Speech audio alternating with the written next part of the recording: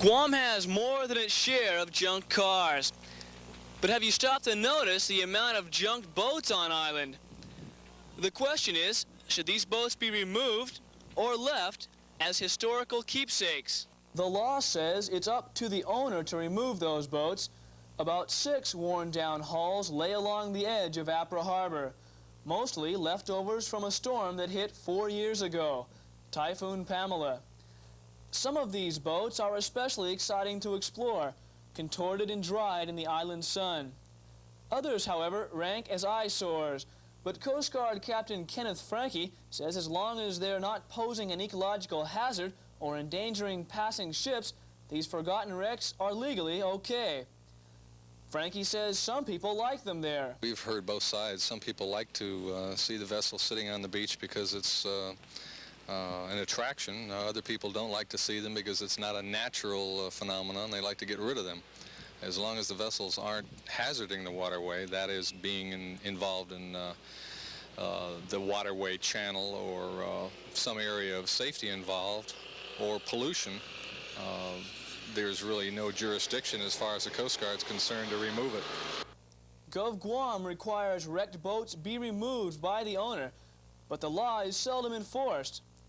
According to the Coast Guard, the city of San Diego takes it upon themselves to haul away such junk boats left in that Southern California area for more than 100 days. When one takes a closer look at the Apra Harbor wrecks, especially the twisted wooden boat Kim, you find a piece of stilled history. Rusty and rustic, this boat seems 100 years old, but is intact almost as a museum piece, just like the day Pamela threw it against the rocky shoal. Granted, some junk boats are not a sight for sore eyes, but others serve as a classic historic reminder. At Apra Harbor, this is Clay Feeder reporting for Cable News.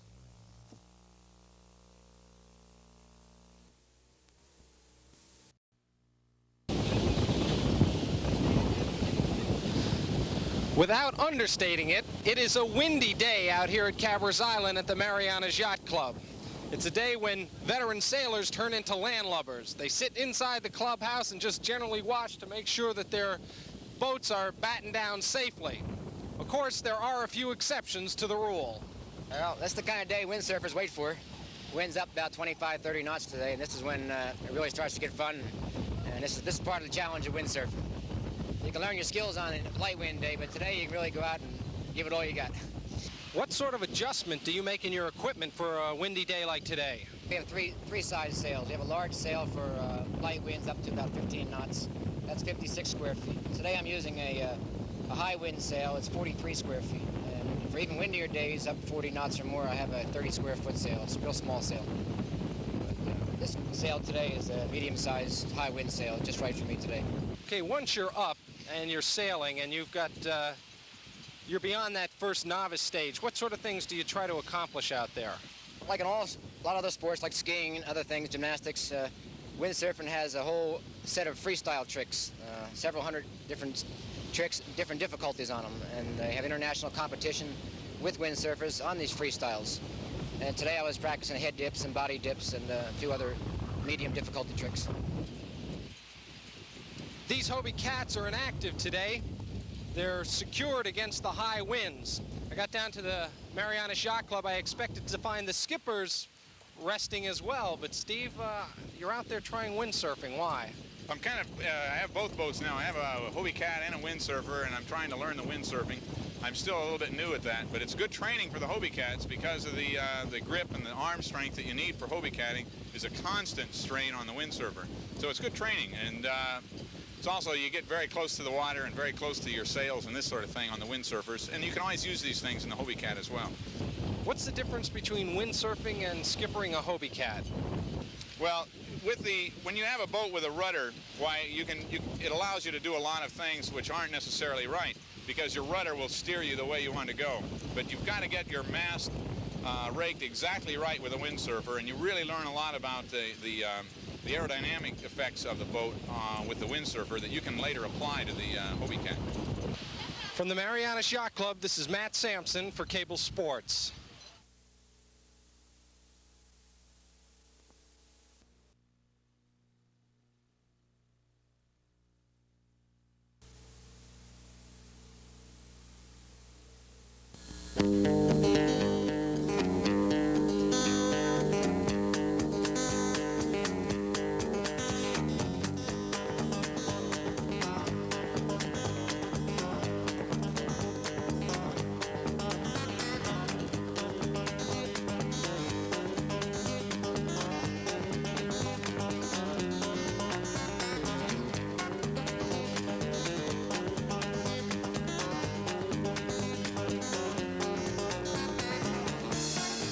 on the road with 3 windsurfers strapped to the truck on a windy day like today takes no less than an engineering degree, a stout rope, and some duct tape just for luck. And it doesn't hurt to have a person in back to keep an eye on things.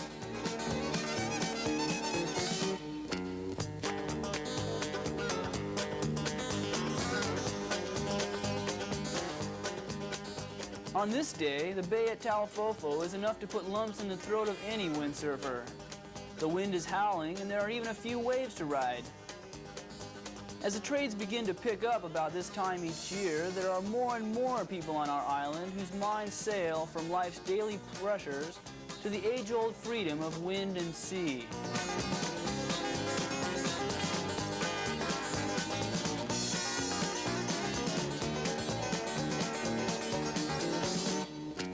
Sure, windsurfing is sailing, but it also has roots in surfing. The boat is actually an overgrown surfboard. The sail area is about 1/3 that of a Hobie cat, but flesh and blood is the only rigging here.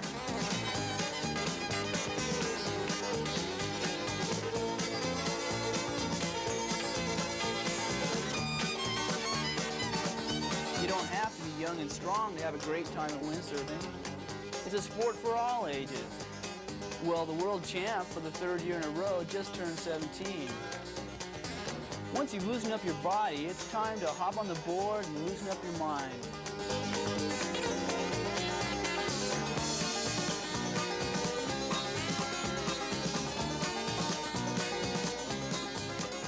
Relaxation comes in many forms.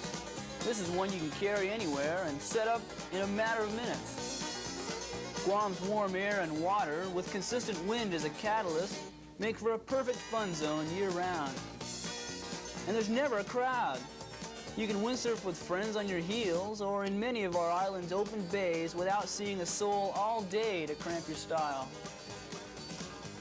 The choice is yours. You are skipper, first mate, and head bottle washer of your own ship. You set the course and you change it on an instant's notice. Windsurfing isn't for everyone. Once you've had a taste, chances are you'll go back for more and more and more and more.